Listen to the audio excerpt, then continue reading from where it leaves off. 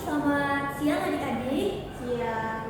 Baik, jadi ibu di sini akan memperkenalkan diri terlebih dahulu. Perkenalkan, nama ibu Cynthia Pratami. Adik-adik bisa memanggil ibu dengan Ibu Cynthia. Jadi ibu dari Prodi Bimbingan dan Konseling dari Uniksa akan melaksanakan praktik layanan bimbingan klasikal di kelas ini. Untuk ketua kelas, bagaimana untuk teman-temannya, apa hadir semuanya? Baik, hadir semuanya. Baik, sebelum kita mulai kegiatan pada kali ini, ibu akan mengajak kalian untuk berdoa terlebih dahulu. Berdoa itu akan dipimpin, berdoa dapat berdoa. Berdoa dapat diajar. Baik, adik-adik di sini akan melaksanakan suatu layanan yang bernama layanan konseling bimbingan klasikal, dari mana kita akan membahas suatu topik yang bernama intelijensi, atau yang biasa familiar diketahui itu adalah kecerdasan. Di sini adik-adik apakah tahu apa itu kecerdasan? Mungkin yang terbenak dalam pikiran adik-adik itu kecerdasan itu apa? Oke, lalu yang lain bisa menambahkan? Kalau menurut saya kecerdasan itu bagaimana kemampuan kita untuk bertindak, bagaimana kita mau bertindak. Jadi benar ya, yang disebutkan oleh rekan kalian ini adalah berhubungan dengan kognitif, dengan perilaku di sekolah. Jadi itu adalah termasuk kecerdasan. Nah, jadi kecerdasan itu merupakan suatu kemampuan untuk bertindak secara terarah, berpikir secara rasional, dan menghadapi lingkungan dengan efektif. Nah, itu dikatakan oleh seorang ahli yang bernama David Weisler. Nah, dari definisi yang ibu sampaikan tadi, kita mendapatkan dapat memetik 3 indikator. Yang pertama itu kemampuan untuk bertindak secara terarah, kemudian kemampuan untuk berpikir secara rasional, dan kemampuan menghadapi lingkungan dengan efektif. Nah, untuk 3 indikator tersebut akan ibu jelaskan sedikit. Yang pertama itu kemampuan untuk bertindak secara terarah, yang dimana merupakan kemampuan individu dalam menetapkan tujuan dan merencanakan langkah-langkah dalam belajar. Kalau dari peserta didik seperti itu, dengan terarah seperti membuat jadwal. Nah, kemudian yang kedua adalah kemampuan untuk berpikir rasional, yang dimana merupakan kemampuan yang melibatkan penggunaan logika dan juga analisis dalam mengambil keputusan. Nah, individu yang memiliki pikiran rasional dapat mengevaluasi informasi, mempertimbangkan berbagai pilihan, serta dapat memilih solusi terbaik untuk dirinya sendiri berdasarkan memang bukti-bukti yang sudah ada. Contohnya itu bisa seorang siswa SMA yang dihadapkan 2 pilihan dan mampu memilih pilihannya sesuai dengan minat dan bakatnya.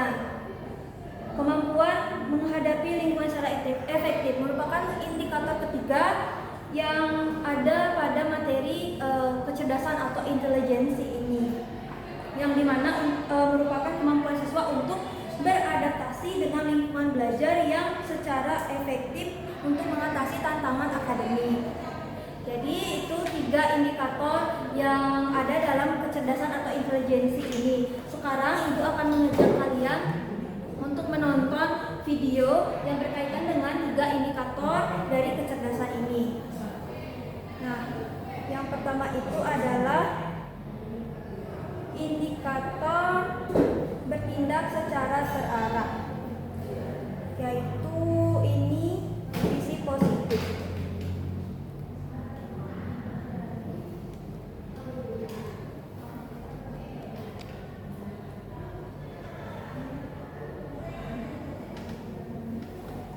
Jadi ini merupakan contoh indikator yang positif untuk bertindak secara terarah.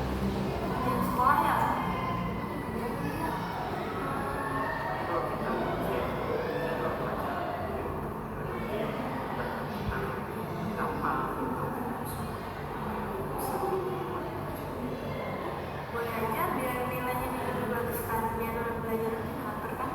Ya, bareng-bareng. Nah, itu saja dari indikator bertindak secara terarah yang positif. Sekarang ibu akan berikan indikator yang bertindak secara terarah yang negatif. Bentar ya.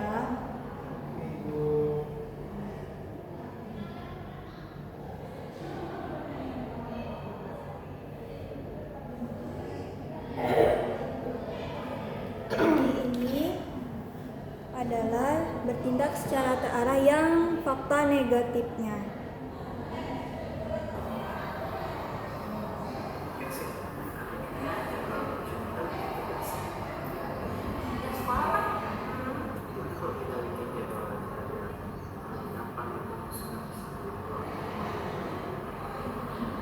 Buat jadwal ya, kayaknya nggak perlu deh, kayak ikut aku nanti aja pas hari kalau belajar dulu. Kalau mau buat jadwal buat aku nggak usah. Nah, itu dia video yang memperlihatkan kemampuan bertindak secara terarah yang negatif, yang tentunya itu ketidakmampuan ya bertindak secara terarah.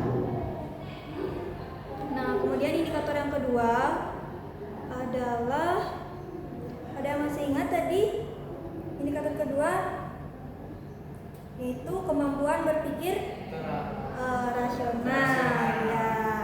Jadi ini adalah indikator positifnya.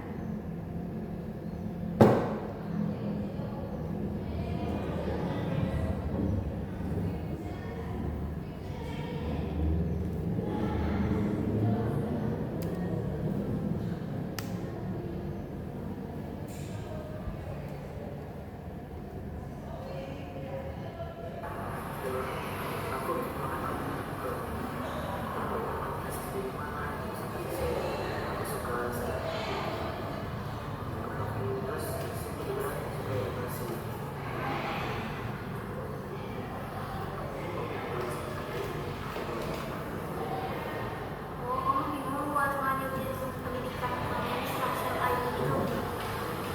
Kamu suka fotografi, ini sama pendidikan.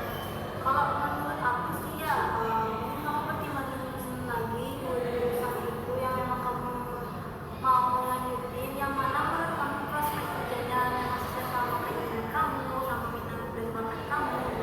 Kamu harus bisa tentuin itu. Nah, kalau udah bisa ditentuin yang mana rasanya yang kamu mau lanjutin, pasti nanti kamu bisa kok milih jurusan yang bakal kamu jatuhkan ke pendidikan.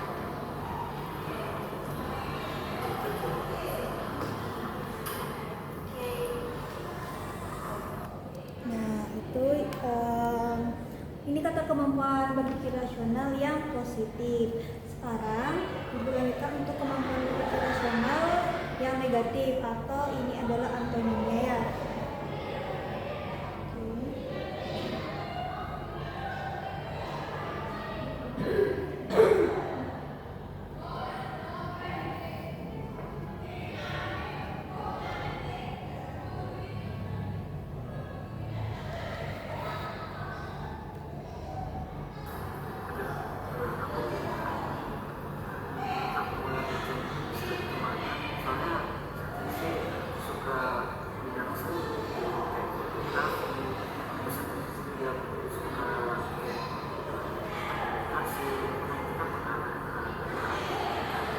Ini merupakan bentuk kemampuan berpikir yang tidak Kalau dari rasional. saran aku sih mending kamu Tidak rasional dalam berpikir. lebih matang-matang lagi, terus pahami minat sama bakat kamu tuh lebih condong kemana dari dua jurusan pilihan jurusan itu.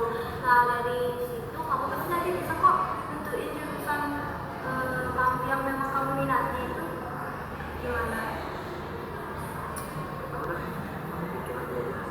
Kok gitu sih? Pikirin lagi coba. Jadi, Nah, itu dia kebalikan dari kemampuan berpikir rasional. Nah, sekarang adalah video yang indikator terakhir.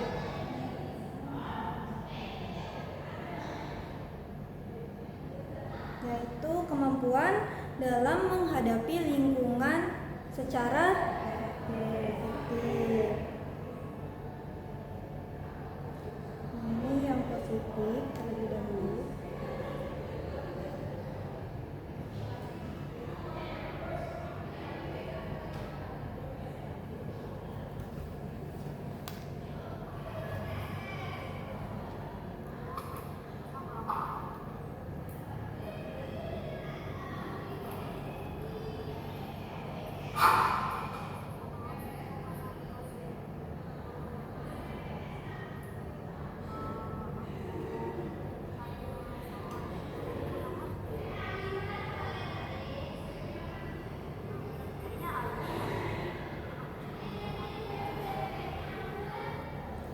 Nah, di dalam video itu memperlihatkan bahwa seorang siswa yang tidak mengerti dengan pembelajaran di kelasnya dan akan berusaha bertanya dengan teman yang memahami. Itu merupakan salah satu bentuk dari indikator kemampuan menghadapi lingkungan secara efektif yang positif.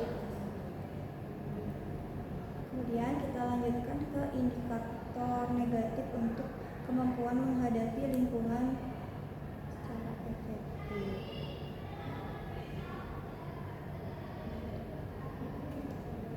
Ini adalah kebalikannya ya, negatifnya.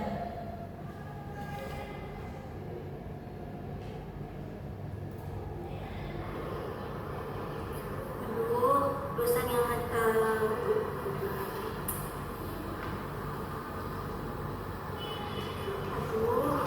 gurunya ngajar nggak ngerti deh tadi. Gimana caranya aku ngajarin dia?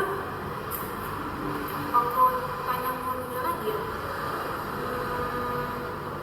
Ada, maksudnya deh, takut aku nanti gurunya malah marah, dibilang aku nggak ngerti. Apa aku tanya temanku yang ngerti? Tapi nggak usah deh, aku ngerti sendiri. Terus aku atau nggak nyantai aja. Nah, itu adalah video terakhir dari indikator kemampuan menghadapi lingkungan secara efektif. Namun ini adalah fakta negatifnya. Jadi kebalikan dari kemampuan dalam menghadapi lingkungan secara efektif. Jadi siswa yang tidak efektif dalam menghadapi lingkungan baru. Gitu. Nah, itu merupakan indikator dari yang sudah Ibu jelaskan tadi, merupakan contoh videonya yang sudah Ibu berikan bagaimana tindakan-tindakan yang berhubungan dengan indikator yang dimana itu ada indikator kemampuan berpikir secara rasional, kemudian kemampuan untuk apa saja tadi, ada yang masih ingat? Buat menghadapi lingkungan secara efektif. Ya, kemudian Sama bertindak secara tanpa. oke, benar sekali ya, masih ingat, ini masih bagus ingatannya. Nah, untuk itu sekarang Ibu berikan kalian contoh orang yang memiliki intelijensi tinggi dan juga intelijensi yang rendah. Jadi untuk intelijensi yang rendah terlebih dahulu, contohnya itu kalian bisa lihat teman kalian di sekitar ini. Mungkin ada yang tidak pernah mengerjakan tugas tapi dia tidak mau. Terus ada yang kebingungan dengan dirinya, bakat dirinya apa sih? Jadi dia bingung mau nanti lanjutnya jurusan apa. Nah, itu kalian bisa dan melihat contoh-contoh orang yang memiliki intelijensi yang rendah. Karena orang yang memiliki intelijensi yang tinggi itu otomatis mereka tahu apa yang mereka butuhkan dan apa minat dan kemampuan dari mereka sendiri. Nah, untuk contoh yang intelijensi tinggi itu adalah bisa kalian lihat di sekitar kalian seperti guru kalian yang mengajar, itu intelijensi sudah pasti tinggi. Kemudian ada salah satu dosen ibu juga di kampus bernama Profesor Dr. I. Keterdarsana MPD Kons. Beliau merupakan salah satu guru besar di program studi bimbingan dan konseling Universitas Pendidikan Ganesha. Jadi sudah pasti beliau dengan gelar guru besar tersebut memiliki intelijensi yang sangat tinggi. Jadi itu ya adik-adik contohnya. Nah, untuk penjelasan yang Ibu berikan tadi terkait definisi, indikator dan juga contoh-contoh dari intelijensi rendah dan tinggi, apa kalian ada yang ingin ditanyakan? Sejauh ini kan saya Baik, sekarang Ibu akan berikan kalian kuesioner, silakan mengisi. Silakan diisi. Oke, jika sudah selesai bisa beritahu Ibu ya. Saya sudah Ibu. Ya. Oke. Oke, sekarang kalian sudah mengisi kuesioner, akan Ibu periksa terlebih dahulu nanti. Nah, sekarang silakan kalian mengisi juga LKPD yang sudah Ibu siapkan sekarang. Coba. Oke, silakan dikerjakan. Oke, sudah selesai? Sudah Ibu. Oke, silakan ditunggu.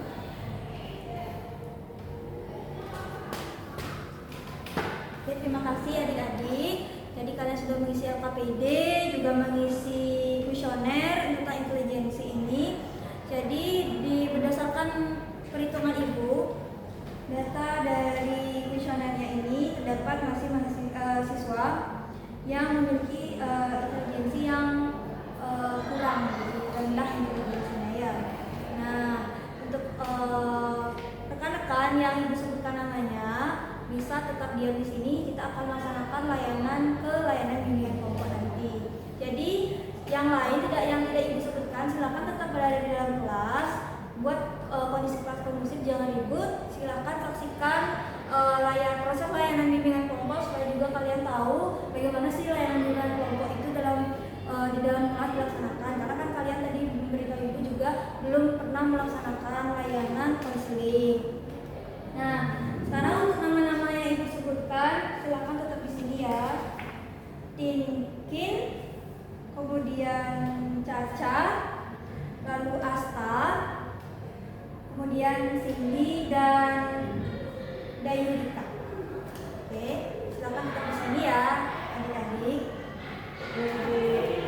Oke, karena sudah selesai layanan ini, layanan klasikal yang Ibu berikan kepada kalian, Ibu tutup dulu untuk para Santi.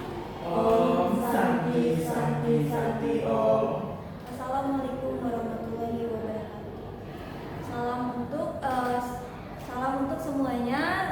Semoga kalian tetap bahagia dan sehat selalu. Jadi silakan yang lainnya diam, jangan ribut. Oke? Kita akan lanjutkan ke sesi selanjutnya. Baik Ibu.